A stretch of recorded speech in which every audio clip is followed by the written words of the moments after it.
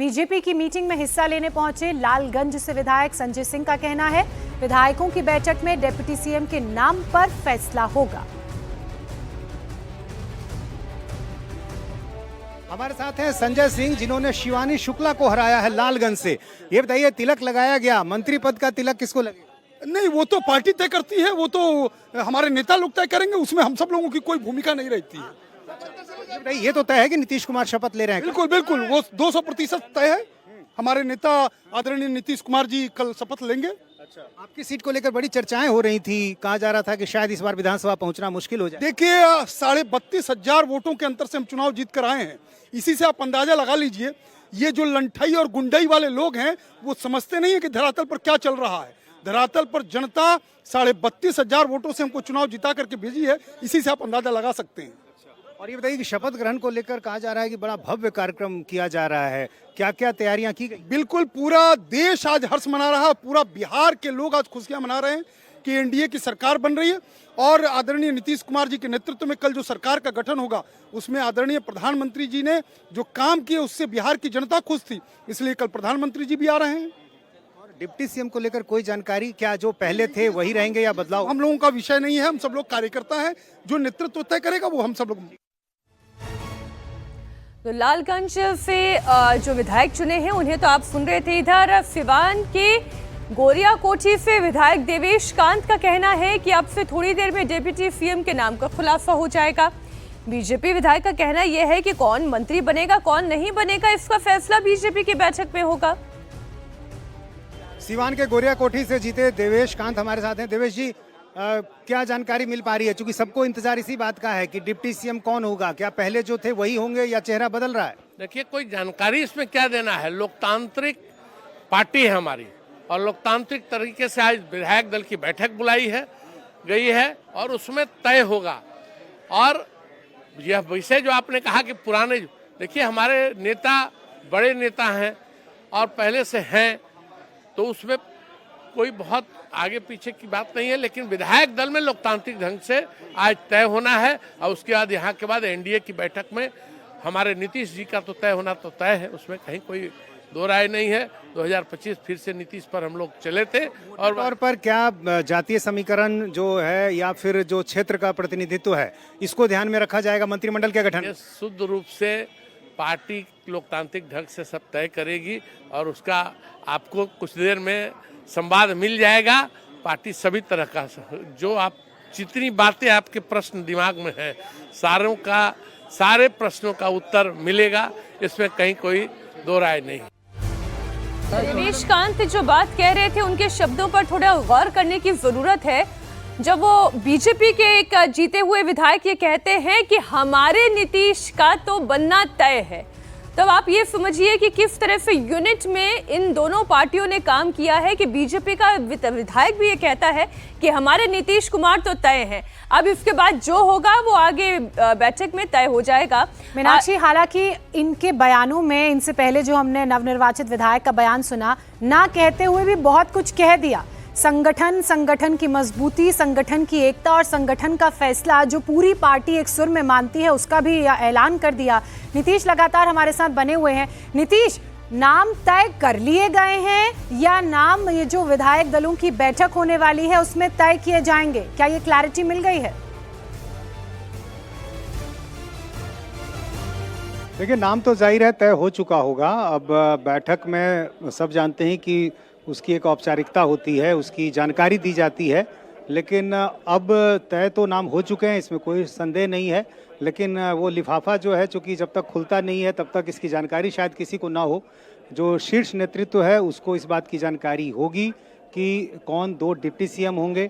और चूँकि अब तक जो परंपरा रही है उसमें विधायक दल के नेता और उपनेता के तौर पर जिनके नाम की घोषणा की जाती है वही 2 डिप्टी सीएम बनते रहे हैं, तो इस बार भी उम्मीद की जा रही है कि इस बैठक में जैसे ही ये तय होगा कि नेता कौन हुआ और उपनेता कौन हुआ, उससे ये पता चल जाएगा कि यही वो 2 चेहरे हैं जो डिप्टी सीएम होंगे। सम्राट चौधरी, विजय सिन्हा, इन दोनों के नाम की चर्चा पहले से हो रही है। इससे पहले भी वो डिप्टी सीएम थे, तो इस बात की चर्चा है कि क्या वो रिपीट होंगे या फिर ये नाम बदल जाएंगे, कोई एक बदलेगा, दोनों बदल जाएंगे। ये तमाम ऐसे सवाल हैं जिसका इंतज़ार सबों को है। और हम भी इंतजार कर रहे हैं कि जैसे ही ये बैठक शुरू होती है उसके बाद अंदर से क्या खबरें आती हैं। लेकिन सभी विधायक जो हैं जीते हुए वो यहाँ पर पहुँच चुके हैं। जिससे भी मेरी बात हुई है किसी को यकीनन इस बात की जानकारी नहीं है और इसलिए हर कोई इस मामले में विवश है कि आखिर क्या कुछ होता है। इसके बाद फिर मंत्री पद की चर्चा होगी। अभी तो सबसे बड़ी चर्चा इसी बात की है कि विधायक दल में डिप्टी सीएम के तौर पर दो चेहरे कौन सम्राट होंगे। चौधरी पर और मैं इसके थोड़ा बाद विस्तार से जब- बात करना चाह रही हूँ। हमने देखा था चुनावों से पहले जब प्रधानमंत्री प्रत्याशियों के पक्ष में प्रचार करने के लिए पहुंचे थे तो सम्राट चौधरी के इलाके में जाकर प्रधानमंत्री की तरफ से कहा गया था कि इनको जिताइए, बड़ी जिम्मेदारी इन्हें दी जाएगी। तो वो जिम्मेदारी किस रूप में होगी? जी हाँ, जाहिर है इस तरह से चुनाव प्रचार में संकेत दिए जाते हैं चुनाव के दौरान लोगों तक ये बात पहुंचाने के लिए भी कि उनके जो वोटर हैं उन तक ये बात पहुंचे कि यदि वो जीतते हैं तो उस इलाके के लिए बेहतर होगा। और ये बातें सम्राट चौधरी के लिए भी कही गई और विजय सिन्हा के लिए भी कही गई दूसरे नेताओं की तरफ से।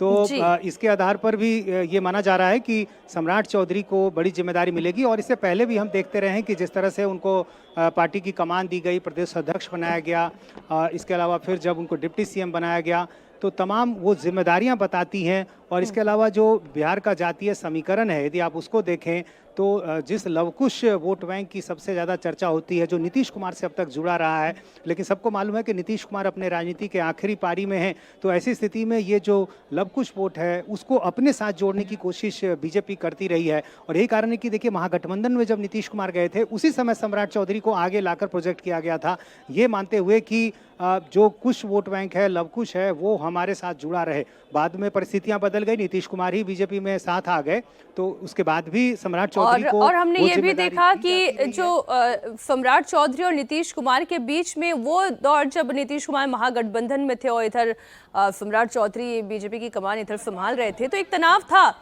लेकिन जैसे ही एक हुए वो तनाव खत्म होता चला गया। अब नीतीश कुमार खुद कह रहे हैं कि सम्राट चौधरी जो हैं वो बीजेपी के नेता हैं, वो उप मुख्यमंत्री बनेंगे, आप उन्हें जिताइए, उनके साथ खड़े होते हैं। तो वो तनाव भी खत्म होता चला गया। अब एक यूनिट दिखाई दे रही है।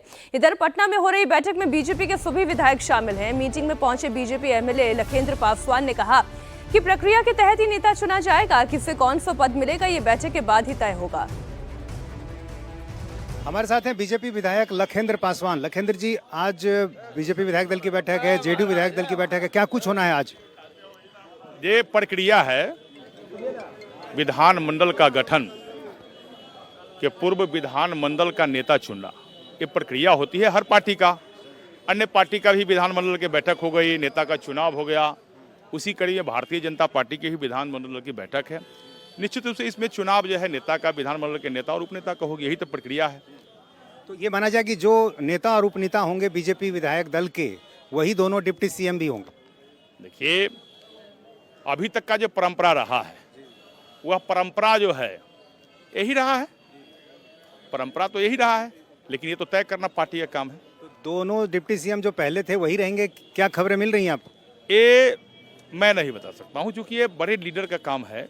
जो हमारा प्रदेश केंद्र का जो नेतृत्व है उनका काम है, वो बताएंगे और सब क्लियर हो जाएगा। कुछ ही पल के इंतजार कीजिए। तो ये तो तय है कि नीतीश कुमार मुख्यमंत्री पद की कल शपथ लेने जा रहे हैं। देखिए, एनडीए की सरकार माननीय प्रधानमंत्री के मार्गदर्शन में, माननीय मुख्यमंत्री के नेतृत्व में जो बिहार में विकास हुआ है, एक पूर्ण बहुमत से जो प्रचंड बहुमत बिहार के जनता ने दिया है, ये निश्चित रूप से इनमें कहाँ शक है।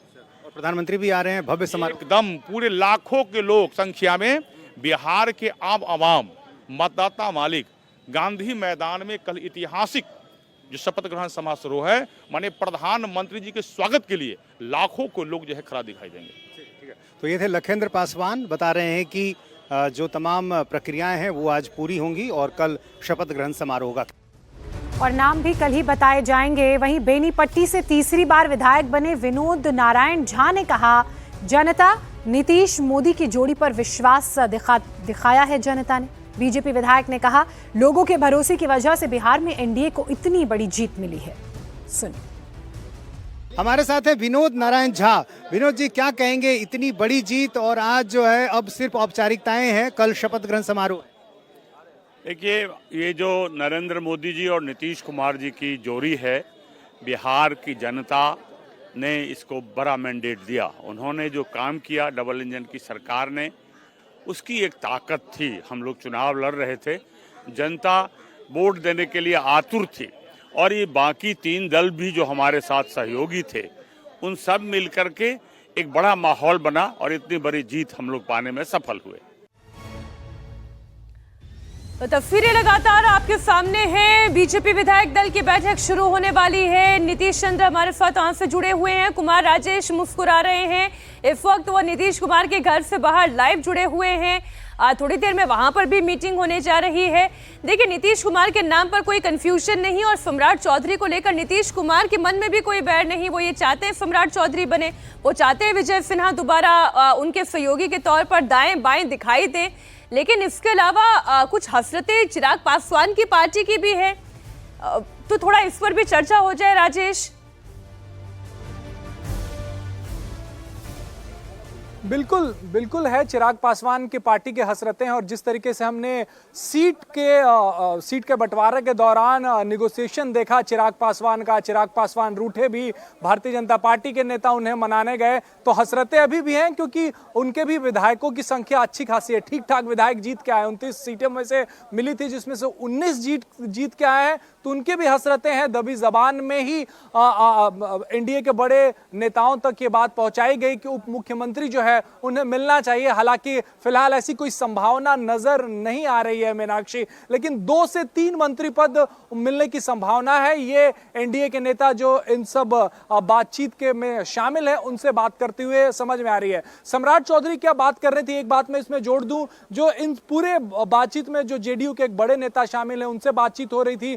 जब सम्राट चौधरी और विजय सिन्हा की बात हमने की कि क्या दोनों उप मुख्यमंत्री हटाए जाएंगे, विजय सिन्हा के बारे में तो उन्होंने बहुत ज्यादा नहीं कहा, लेकिन सम्राट चौधरी के बारे में कहा कि जितनी भी बातें हो रही हैं, जो भी इंपॉर्टेंट डिस्कशन हो रहे हैं, उसमें सम्राट चौधरी को शामिल किया जा रहा है। साथ ही बीजेपी के अंदर खाने में मानना है कि अगर किसी नेता को जिम्मेदारी दी है और उसे अगर आपको बिहार में बड़ा नेता बनाना है तो वक्त देना पड़ेगा। तो सम्राट चौधरी के पीछे बीजेपी ने वक्त दिया है, अब उस वक्त को उन्हें हटाकर जाया नहीं करेगी। ये बात जेडीयू के अंदर से भी कही जा रही है। यही वजह है कि सम्राट चौधरी का तो बनना लगभग तय माना जा रहा है। चिराग पासवान की अपने ग्रास रूट से किसी विधायक को ग्रूम करना, उसके बाद उसे बिहार की राजनीति में एक बड़ा फेस बनाना, उसकी राजनीति को और आगे बढ़ाना और वोट बैंक मजबूत करना, जाहिर सी बात है उसमें तो वक्त लगता है। और वो बार बार जिस तरह से पार्टी का समर्थन मिलता है वो भी नजर आता है, सम्राट चौधरी को जिस तरह का समर्थन मिल रहा है।